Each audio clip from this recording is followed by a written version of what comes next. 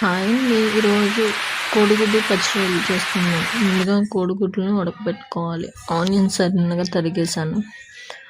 దాంతో పచ్చిరొయ్యలు కూడా పసుపు ఉప్పు వేసి పక్కనే ఉడకబెట్టేసాను.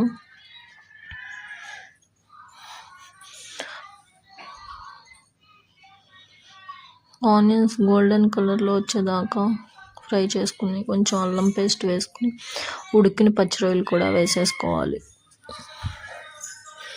అలా వేసుకుని కొంచెం అడుగంటకుండా తిప్పుతూ ఉండాలి.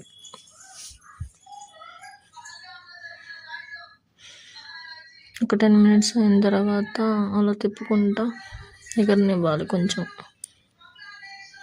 దాంట్లోనే కొద్దిగా ఉప్పు కారం అన్నీ వేసుకొని మళ్ళీ మిక్స్ చేసుకోవాలి ఒక 5 minutes.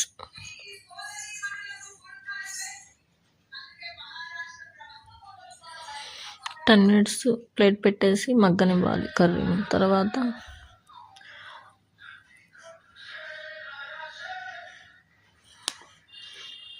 చింతపండు పులుసు వేసేసుకొని మళ్ళీ కొంచెం మిక్స్ చేసేసుకోవాలి.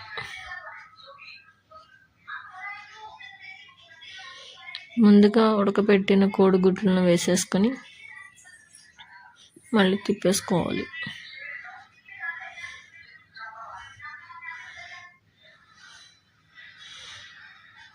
కొద్దిగా గరం మసాలా వేసుకొని సన్నగా తరిగిన కొత్తిమీర